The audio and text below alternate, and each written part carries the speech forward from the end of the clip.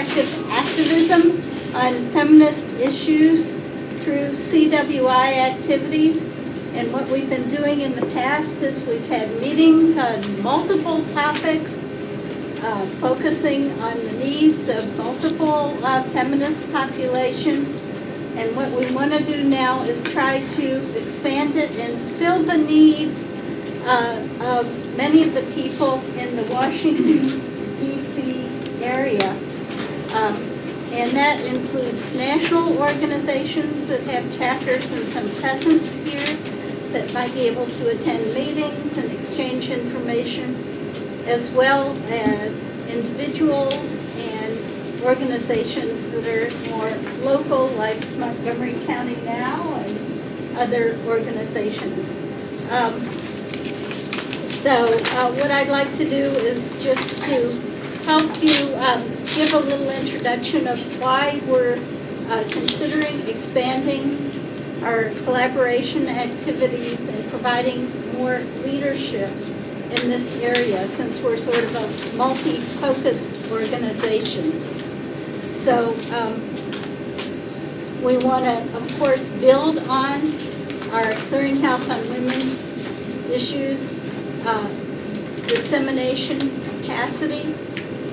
One of the things that we are lucky to have, one of our board members who wasn't able to come now is Connie Cordovilla, and Connie works on women's and other community issues at the American Federation of Teachers. She's developed a very large email list of people who are interested in women's issues.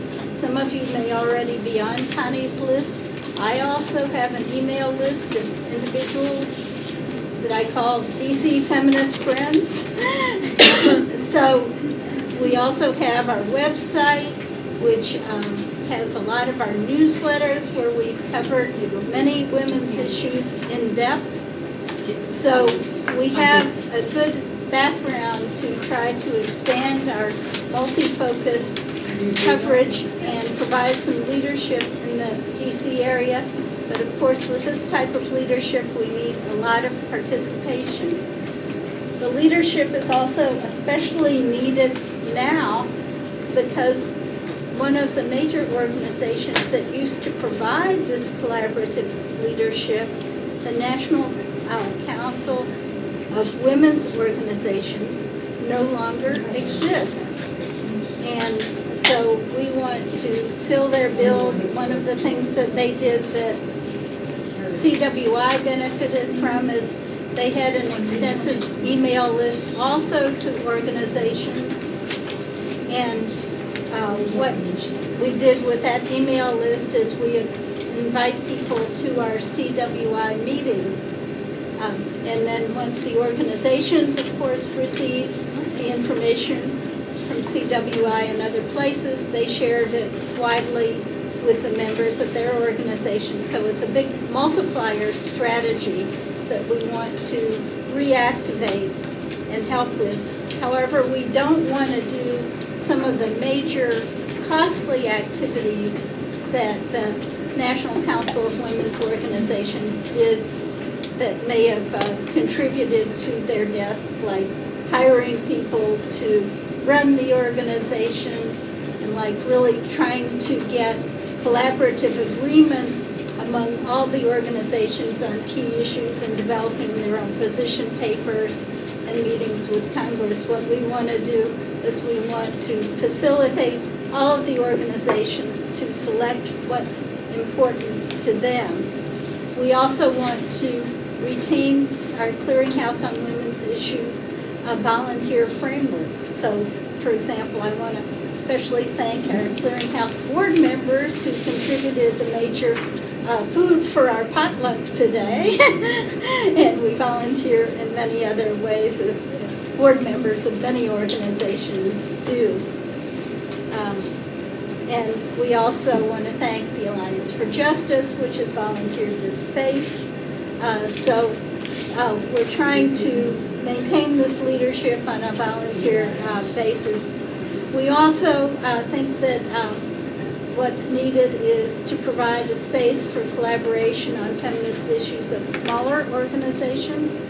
and think that we've been doing that, but we want to increase that opportunity. Of course, we focus on a wide range of feminist issues pushed by national organizations and local organizations. And as was mentioned earlier, we've been in existence for 44 years. We have a good track record. We want to do more than we've done in the past of building on specialized networks. For example, there's the network called the National Coalition for Women and Girls in Education, which just had a big Hill event celebrating Title IX's 45th anniversary and issued a big report. And we want to know more about other specialized networks. I'm glad we have a representative from the Women's Health Network here. And we need to work more with people who are involved in women in development. And on global issues, we need to work more with the groups that are working on anti-violence against women, Women's History Network. For example, we might have an opportunity to get Molly McGregor from the National Women's History Project here for our March meeting when she comes from California for annual luncheon celebration and honoring famous women who have been contributing. We want to maintain procedures for both organizational and individual memberships, as the Clearinghouse does, as you saw. And most of all, we want to have principles that are win-win for everybody who's participating.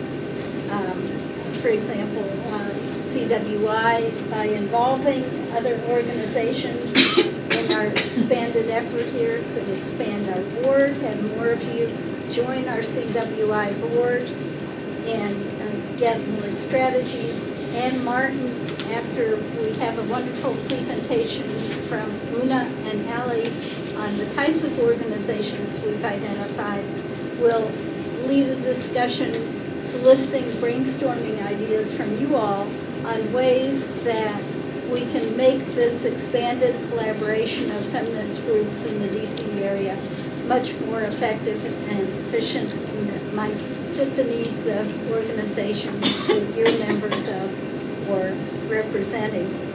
So let me turn the presentation over to Ali and Una, who have been kind enough to help us recreate or create an in-progress list of feminist organizations to have a presence in the DC area.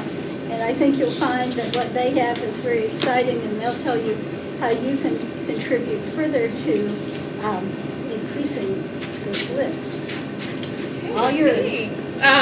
So yeah, as I said before, I'm Una. I'm an intern with FMF this summer, and one of the major projects that Ali and I have been working on is creating a list, which we think is pretty extensive but by no means exhaustive, of organizations related to women's rights and advocacy, most of them in the DC area, and we're hoping that this list, which includes sort of subject focus, website, contact information, will help CWI facilitate communication and collaboration between these groups. So Ali's passing around a couple copies of it right now. We don't have enough for everyone, so please share. Yeah, share with your neighbor. And we've grouped them, as we said, according to focus fields. For example, reproductive rights, advocacy for African American women, Latino women, education equity. There are a bunch of different categories. And then a lot, of course, of the organizations are sort of just focused on general women's advocacy. And we found, I think, about 112 organizations so far, so a bunch, but not all of them, certainly. That includes like 16 education equity organizations. I think there was about 10 reproductive rights groups and many other focuses. And we started with a list that FMF has of women's organizations and sort of built upon it, compiling a lot of other lists as well. And where possible, we've included a relevant contact and their phone number and email. So you all have it. And Yeah, so feel free to correct if you see any misspellings or typos, or if you know that an organization no longer exists, or if their name has changed, please feel free to correct. Or if you know any contact people in that organization, go ahead and write it in. This is by no means an exhaustive list. There are obviously tons and tons of feminist organizations in the DC area and nationally.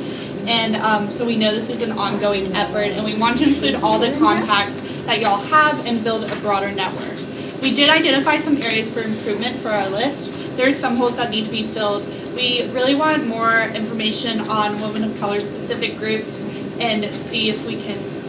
I'm sorry. Oh, it's okay. When you keep swinging the chair, it screws the Oh, focus. okay. We really, as I was saying, we want more women of color centered or specific groups that advocate for women of color specific issues. We also do not have very many LGBTQ plus groups, and we would like more of those on our list that work on LGBTQ specific issues and advocacy. We're also hoping to learn more about any existing networks or coalitions that exist among these groups. And so if you are involved in leadership of these organizations and know of any coalitions that already exist, please tell us. Again, we're passing along the list now, so feel free to take notes in it, write down any more information you have, make corrections. and we So also another have thing, if you would links. like to be on this list and you're not, please write a piece of paper right now. We and have- add They it. have the form. We they have sent a around. sign-up sheet, so if you're not, Okay. if your organization is not on this list and they would like to be, or if you know of another organization that you think should be on this list, please feel free to write down the name, the focus area, location. So if it's based in DC, just write based in DC. You don't have to write the address, a contact, an email, and a phone number. And Harriet just pointed out that CWI wasn't on it. Oh, How did we forget I think there are also, there's organizations engaging men and boys, it's a large category. Okay, Oh, let's pass that definitely. on right now. So yeah, that's There are a that's few of another those- great idea. If you have any ideas, not for specific organizations, but just like different areas in which we should look, like organizations engaging men and boys, that would be awesome if you could also write that down, just so we can. Could you And there are several of these throughout the room. So I put one on that side, one on this side, and one on that end of the table, Okay. one on this end. Could you also mention the Women's World Wide Web thing? Oh, yeah, so that was one of the lists that we pulled organizations with. There are other organizations that are sort of undergoing similar efforts, so it might be useful to collaborate with them. There's one website that Sue found called Worldwide Women, worldwidewomen.com, I believe, that is sort of meant to be a compilation of women's organizations, so it's not the exact same focus because they've also included sort of more women-run businesses and stuff like that, not specifically women's advocacy groups. Well, although those- congratulations to you for putting this together. It's a fine piece of work. And one of the things that we can use this list for, especially if people join CWI, is we can use the list to communicate more broadly with all of these organizations. But what we would like is as many organizations as possible to help us join CWI specifically. Any specific questions for Una and Ally right now? And fill in the form so we have additional information. I see the YMCA here. Is there no longer a YWCA? I don't believe there is. We didn't. I think I don't know, I saw some lobbying. there is a YWCA, but I think probably neither of them call themselves by the old full name. The Young Men's or Young Women's Christian Association, they just use the initials. And that's true of other organizations, AARP and Is things it like now? that. They But keep, the YW is not here. so- okay, so Go add ahead it, and write it down. add it, Business, add I it, don't know. add it. They are. Oh, okay. Yep, as a matter of fact, we have Catherine Bean Yes. on one of our lists who we invited to this meeting, but she said she was traveling today, so she couldn't come. But she does represent the YWCA, so Okay, good they're point. right on 14th Street. So just, And also Al, the Older Women's League, are they still in business? Yes. We need to add them to the list. So add all Just of go these ahead and write names. it down. Maybe could you review what constitutes an outreach to membership What for this we're- group? what Like we're- men can stop rape, would that be? Yeah, absolutely. Yeah, it doesn't have to be just an organization of women, just if you think an organization is That might deals with the share feminist the issue. clearinghouse Like, goals We'd and love to have it as inclusive as we could. yes, Yes. absolutely. Yeah, we want it to be feminist, focusing on women's Which issues includes and women's rights. Broad. Women's, Broad. we need more women's health organizations. Yeah, definitely. We need more organizations of women of color And I think it's important, especially if there are small organizations that you know about, because those could definitely use support and build coalition with each other, smaller local organizations Yeah, as well. or it could also be a national organization which has a major focus on women's issues. Right. So anything goes, as long as it's focusing on women's rights types of things, not against them. We don't want antis particularly. So on there. How are you recruiting and what are you offering to the other organizations you're asking to join them? Good point. Some of those we're in process on, and Anna's going to lead the discussion on that. But recruiting right now is by having this meeting to get started and getting ideas and helping people understand the value of being part of an organization that can provide more information and where the organizations might be able to present at some of our monthly meetings on key issues of interest to everybody. Ann, you want to take over your part? Okay, I really don't have a part. This is your part because we're going to have an open ideas sharing about, just as Sue said, women's organization and sport organizations. And why don't we start with your question? And that is, what could the clearinghouse, as a clearinghouse, do for all of these organizations, particularly smaller organizations or those in a particular focus area like women in science or physicians. So Sue described what the NCWO was charged with doing, and we felt like there needed to be a framework or an organization where word could come in and go back out to all organizations, that your focus, your outreach would be much expanded. So tell us what you would want with the clearinghouse of women's organizations. You're nodding your head. You want to start? Yeah, I guess I'll start. I'm unfamiliar with the organization that you mentioned and how they disseminated information, but for me, as a newcomer in this space, I'm thinking the thing that I could find of value is a way to get the word out about programs that each one of our respective organizations is having, or initiatives, or just tools of engagement that our respective organizations are having. I don't know if that looks like a monthly newsletter. I don't know if that looks like an actual resource book that can be published biannually. I'm not sure what that looks like, but I'm thinking the immediate need, at least for me as a newcomer to all of this, is a way for information to be shared so that I can support other organizations and they can support us. Good point. I will just mention that it's certainly in the context of all of you, it's hardly sufficient, but with their newsletter, which is monthly, there is a listing of other organizations' activities. But you compare this month's newsletter with this list of organizations, and it's woefully short. In the speed of things, particularly with the Women's March activities continuing, and we hope many more marches and demonstrations, just like today coming up, that monthly is just too late. It needs to be, and now that we have internet, it needs to be daily, every 3 days, every 2 days. Sometimes hourly. Yes, hourly, hopefully hourly. But what would work for you to get information to a website that would then be disseminated through all of these communities?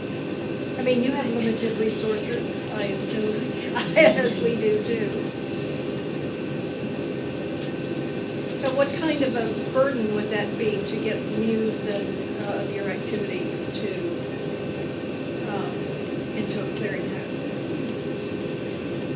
Let's not all speak at once. And I'm sorry I have my back to you, but okay. I have a comment. Yes, please. Mary. I've been noticing in my inbox, there's a lot of alerts from the Democrats and other organizations asking for donations now. It's become The immediate a little thing. obsessive. Yep. But when you've got such a broad range of issues, I think you should find a way to identify by priority what your e-blasts are about, because it just makes more sense, because we're all doing so much in so many different areas. Here, here. Good point, good point. So we have had the opportunity from time to time to align with another organization to sponsor a meeting with two organizations. Would it benefit your organizations to align for a particular focus with other organizations if we had a collaborative of many organizations that we could feed out the message to the people that you want to reach? Is that a benefit? Speak up, because we need to hear your response before we go forward. I think so. I think it's beneficial for all of us to come together, because that's what we're doing right here. We're all coming together to help each other out. And the more people we get involved in our issues and get them to know about them, the louder our message will be, whatever that might be, whether it's health, whether it's equal pay, whatever that might be within women's rights and feminism. It's better to just come together, but I would say it would be more in specific topics and issues. Like you were saying, if it's something related to health, then let's get together, women health organizations or men that are supportive of these issues and come together and maybe create an event or send out the information, but it could really work out. And I'd like to add, I was just thinking when you were asking this, I don't think I've ever seen anything about the issues that all women have in common. For many women, housing, employment, health, aging, but they're not for all women. And I don't know how we begin to approach how we can, come together based on the concerns and issues that we share. Regardless of age. Regardless of age or ethnicity, or, but Good point. what are those issues? And I think most working women do have the issue of equal pay, all right? But for many of Latina women, you have the issue of at least getting minimum wage, okay? So if we could somehow begin sorting out what the issues are that we would be best at approaching as a complete group. Well, and the worst part of that is the profound sadness that the umbrella organization for women has folded at this time when one could assert it was needed more than ever. Yeah. So that's. That was ENC, the National Coalition of Women's Organizations. Council, sorry. Council. Who knows? Yes. So, for me, I think it's multiple things, and one of the most important is just diversity. Is what? Diversity. Yes.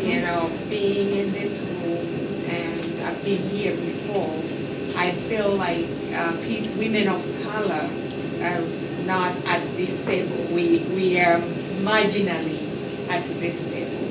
How do we change that? How do we change Get more Yes. chairs. So,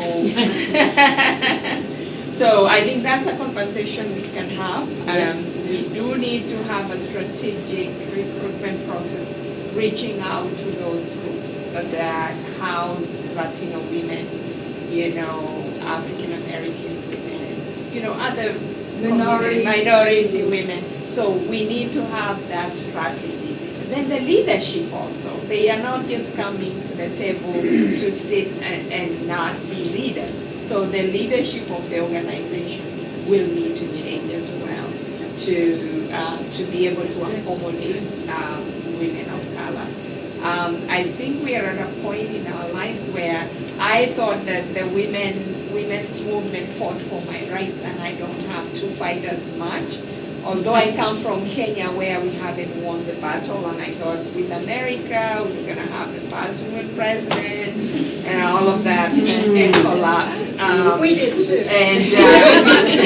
But the most painful thing is the impact of the policies of this administration on women's lives.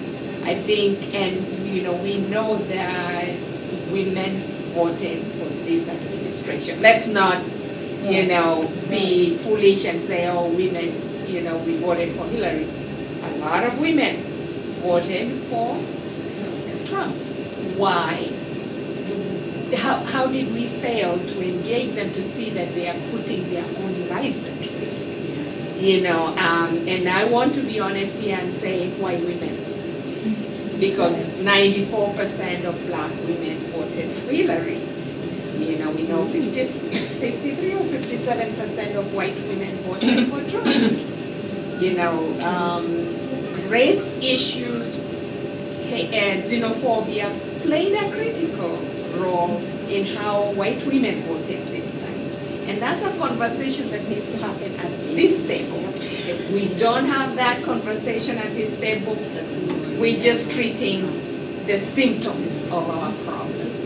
Okay, now I'd like to say something here because I was one of the few women that did know that Trump was going to, and I didn't vote for him. Because 8 years ago, and I'm telling you, the Watergate was follow the money, follow the money. This is follow the media, follow the media, follow the media. And 8 years ago, when he decided to do Celebrity Apprentice, I turned to my husband and said he's going to run for president.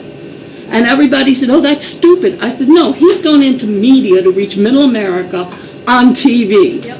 Now, I'm preaching to the dead here sometimes because you won't do public access. You won't utilize it. We want You to can, do but you it. go down to the DC station and you can have your own show. So you see, some of I'm us sorry. didn't I'm even so know angry that because 8 years ago, information. I'm not upset with you. I'm just like, I've been yakking and yakking for 8 years saying, this is going to happen, this is going to happen. And now it's happened and he's going to try to take this public access platform away, saying the taxpayer dollars paid for this and nobody used it. And he's absolutely... Can I just clarify that the Clearinghouse on Women's Issues is a 501c3 organization. And we have to be very mindful, although we have been engaged in conversations that we might become or spin off a 501c4. What that means is that as a C3 organization, donations to our organization are tax deductible. Donations to 501c4 organizations are not, but those organizations are able to engage in political advocacy. 501c3s can provide education on issues, but we have to be very careful. There's a line that's A bright line. well, no, it isn't a bright line. It's a smudge there is line. anything else. Right. There's a line, and the line, I just want to make everybody understand that right now, this organization is a 501c3. The reason why I say the line is smudgy is some people think it's bright, and there are organizations like League of Women Voters who have two 501c3 and C4. Between you and me, the IRS doesn't have enough funds to enforce it. That's true. And who's policing it? I mean, who's gonna, so, but I just, as the lawyer in the house, I want to caution everybody to be very careful. But I have some history with this, through the 501c3s and 4s. And most people do not realize that C3s. Would you be sure to speak up, so. I'm sorry, yes. C3s can actually lobby. Yes, you can. But only for a certain amount of your budget.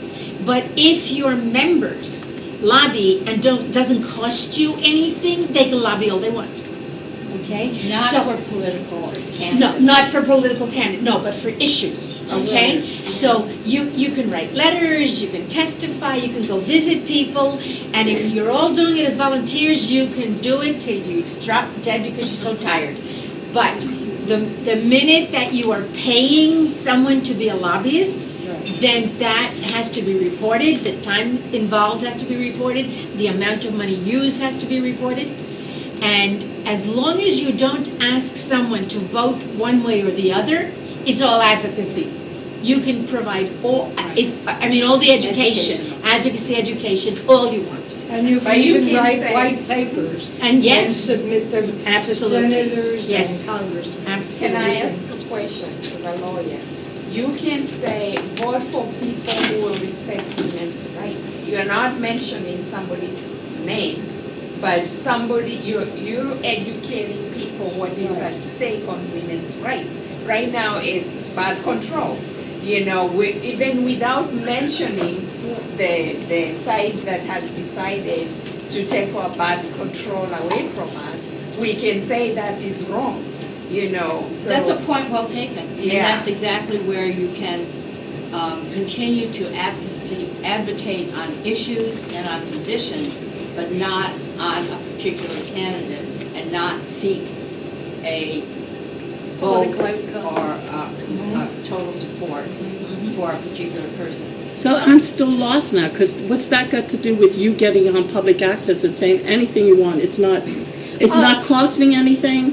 You can say anything you want. Nobody can edit you or monitor you. You can say exactly what you said here today. You'd be perfect there. You can go have your own show, right, and say, hi, welcome to my show, and here's how I feel.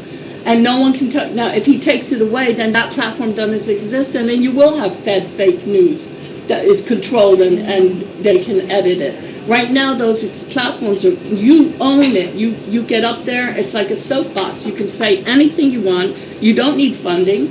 I mean, you do need, if you're in front of the TV, you need to know how to host, and if you're behind it, you need to know how to run a camera.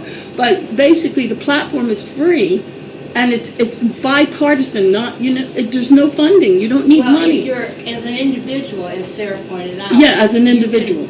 You can advocate. Absolutely. On that. But if you represent an organization, you should be. But you don't have to represent an organization. You Time can. is running short, Okay, and we just- have one comment here, Okay. and did somebody back there? Anyone else?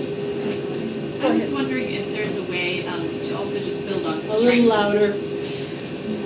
I was wondering if there's a way to also build on strengths that already exist. I mean, to be honest, the set of people in this room are not necessarily the ones that are in the spaces that are very current or using the channels or media that a lot of young people are using. I mean, the whole, for example, the UN Association kind of went through this whole phase the last few years to revamp their entire membership to be largely millennial. And it's been extraordinary, and it's transformed the organization. So I think there's a shift that needs to happen. And what I'm wondering is just if there's a way, the monthly space of having people come speak to different issues and inviting people to come and participate in that, I think is a great service. It's something that's on my radar, but the topics and the speakers who come are not always relevant to some of the populations we've mentioned right now. And I wonder if there might be an advisory board maybe made up of a more diverse set of people who can help inform those topics, who comes to speak, do more outreach to get young people. That way a base could be grown, and from those monthly gatherings, more word could go out. Just building on what is already being done by CWI, but in a way that maybe is more attractive to people and more inclusive. That was just my thought. And Thank from you, there, that's once- a wonderful It's a thought. very good point. But let me ask how you actually, carried out that program to enlist a different generation, a millennial generation? Sure, so I am not involved with the UN Association, although a representative from our office attends regularly, but he was just narrating that shift that's happened, and I was just sort of using that as symbolic of a number of organizations that have been there, over the years and done incredible work, but are now trying to shift gears, be more inclusive, recognize that a lot of the issues that people of color and other have been talking about for a long time need to be center stage, and a host of different things. So, it may be helpful to even invite someone who is a part of that process to hear what that involved. We learned But, that yeah. at one of the meetings on communications that millennials and young people don't go to the traditional press to get news. They go to podcasts. And there's just a new way of communicating that most of us on the board and around the table just don't use. I go to podcasts now since I've heard it, and it's very dynamic. Okay, Holly had her. Oh, well, hand up. this is really the same kind of issue. That, just to reiterate, that there's strength in numbers. And so what you want to do is try to increase numbers, just engagement. And I was just going to bring a supporting idea from Montgomery County, Maryland. Now, I was You're the past president. I was past co-president, and the new co-presidents are much younger, and they have already started having a weekly podcast. I had to have instruction on how to access the weekly podcast, but anyhow, very exciting, and that's what they'll be looking at, and we should too. There's also Twitter, there is Instagram, there is Facebook, there's also social media. Okay, yes, ma'am. Yeah, we've experienced this a lot already as well, and particularly working with our committee on women in psychology. So when we're trying to open up these issues to early career professionals, when we have a meeting, it's always encouraged that the more distinguished member bring a younger member or an early career member, just to facilitate that conversation, because there can't be two conversations going on. But one thing we've also done in the Public Interest Directorate is start using some of the social media platforms, so blogs, Instagram, Twitter, and we encourage our interns who come in, pick an issue that's going on in the office, and put this in a language that the millennials understand versus, this researchers speaking to researchers, speak to the general public, and just try to speak to each other so the older generation is learning from the younger generation, so that everybody's having the same conversation instead of an either or type of. So that's what I have, a YouTube channel with 1,250 of these shows on there, and when I edit the show, it goes out to every social media, Instagram, Pinterest, you name it, it goes out. And that's what I'm saying, is that's to get the creating it in the public access station, but then putting it out on YouTube where it goes out internationally to everything. But you have to utilize the media that way, whether it's podcast or whatever. Can I add one more thing? Yes, So please. This is aside from APA, but my daughter is a recent graduate of the Duke Ellington School of Arts. So some of these schools have programs that have literary media studies, and these kids, they are on fire right now. Yeah. So to kind of touch into some of them, they're very aware of what's going on. So to remember that there's a voice there as well, and it's time to grab them now. Thank That's you. what I did yesterday. Harry, was there a hand down here? Okay, Harriet. I was just going to tell you that I get Women's Health magazine. Always worried about health as you get older. And in that Women's Health magazine, it tells you how to be an activist. So we're getting down to the nitty-gritty. Choose one cause. Go to Capitol Hill. Show up in person. So it is so important that all of us, no matter what our main focus is, personal health, these are going to show up of how to do it. I just wanted to point out, several years ago, I was invited with the newspaper USA, Today, to hand on the torch to younger people to become activists. So there were 5 or 6 of us who had worked on the streets and so on. And we literally had given torches. The young people did not show up to receive it. And I understand it, because after your day's work, you want to bathe your baby at home, or you want to take a course to increase your credentials at work. recommended happy hour. Meetings are very hard for young people to come to. So we do Instagram, Facebook, we do need new media to work for us, because we can, at this meeting, how many of you, we had a woman who used to come from the NIH here, and finally her boss says, listen, if you're gonna come for a 2-hour meeting, you have to take each 2 hours as vacation time. Okay? So Well, it's a problem of getting people. We need to get back on topic because we Right. only have a few minutes. Right. I wanted to mention in conjunction with Loretto that we have a date in July that go take a look at the DC Chill down a little bit. public access station for DC. And I think that would be a wonderful opportunity to have each of your organizations interviewed on that once we get a feel for it and are able to get that going. And I'd like to hear from a couple of the smaller organizations. I'm assuming maybe the Baha'i or the Women in Science are not, for example, as large as AAUW or some of the other organizations. What kind of framework would be helpful for a smaller organization in particular? Well, I can speak. Yes. I am the president of the DC chapter of the National Conference of Puerto Rican Women, and although it's a national organization, I'm president of the DC metro area chapter. And we are transitioning into social media. The organization was founded in 1972. Finally getting the Facebook page together, getting a website, and all that's going into it. We have a brand new board of mid-career professionals that are very big on women's health issues, especially with the crisis in Puerto Rico. What would help us is sort of guidance in this. I am not someone that studied political science. I have not been really involved in policy, but there are issues that really affect me and my community. And I stepped up to the plate, so this is a new world navigating for me. From getting conference rooms to doing events, because I might have the speakers and the experts, but I don't know, and I don't have $10,000 to like book a place in a hotel or meeting space. So those kind of like basic logistics that might be simple things for other organizations that are established are obstacles for me to get all this. I've had people come, oh, we want to do this on Latina issues, on diversity, on education, internet security, and all these other things that affect us, but I just don't know the logistics sides of how to get these things done.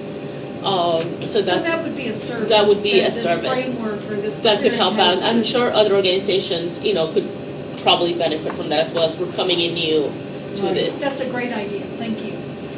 Yes, Mary, and then we'll come over here. After womensmarch.com, I noticed that I was getting information from actionnetwork.org. And they have a toolbox on there, how to do your own website, how to do your own blog, how to do your newsletter, how to pick it effectively, making phone calls, what to say. It's a whole list of activities that you can do to help get your organization organized. It's Action terrific- Network. Terrific toolbox. But for on the local level, assistance with logistics or listings of venues that are no cost might be helpful for us. Yes? Along the same lines, merging the last two comments, and I think it was you that said that one of the organizations you belong to has a partnership with older members and younger members. Within this body, we could do a partnership with more established agencies and emerging agencies. And so there could be that type of hand-holding or mentorship amongst each other, so that if we had a conference room that was available and you wanted to do programming, we could offer you the conference room, or we could go through the programs in the box that would be applicable to whatever organization. That's a great idea, thank you. I've not heard that before, but I think that would be, and certainly, we always talk about women mentoring, so we have women's organization here, and then we'll come back to you. And then we'll need to wrap it up. I think when perhaps you were speaking about issues that are in common right now, or that can sort of be a touchstone or a unifying sort of set of things that we could work on together. There's a way in which women's organizations are very siloed in what they do. There's a clear divide between those focused internationally and domestically. But I think given the moment, there are a lot of conversations about common concerns and supporting each other. And so I think in-person spaces continue to be very valuable. And so just to reiterate what I said before about making use of the monthly discussion, maybe not necessarily always to have speakers, but even to convene a space where representatives of organizations can come. And it may be that a good way, or one way of doing outreach is to also express that interest in convening that to coalitions that exist. So for example, there's a gender-based violence coalition that focuses more internationally, but as a member of that, I know there have been conversations about them wanting to be sort of to keep up with what's going on domestically. And so if there's a space where people could come on a monthly by monthly basis and hear what's going on and inform their network, then that's useful. And I think others would also benefit from that. But it needs to be sort of a vibrant space with a fair representation, and so some thought would need to go into that, but really making the most of those in-person sessions to allow people to come together on common issues. There's a real interest for that. I've heard it expressed in a number of spaces. Thank you. I think there's also need to reach out to the faith community. There's a very vibrant women's movement within the faith community. Maybe even a lot of us in this room belong to certain faith communities. So reaching out to them and welcoming them to the table. And then the schools, like GW Women's Center, if you're looking for the younger generation, that you go to where they are. You go to GW, you go to American University through your organization and through other organizations that are working with young generation. So I would really welcome that opportunity, especially of exploring how to bring the faith community women to the table, because that's what I do. I work with religious movement, the General Board of Church and Society. And on the African side, I think the migrant community also is another community that we need to bring to the table. I'd be happy to work with you to make sure that that happens. And I know that it's more information sharing, so I hope there will be a section for advertisement, because for organizations like mine that are actually not just doing policy work, but also economic empowerment for women. So it would be really good to have like an advertisement.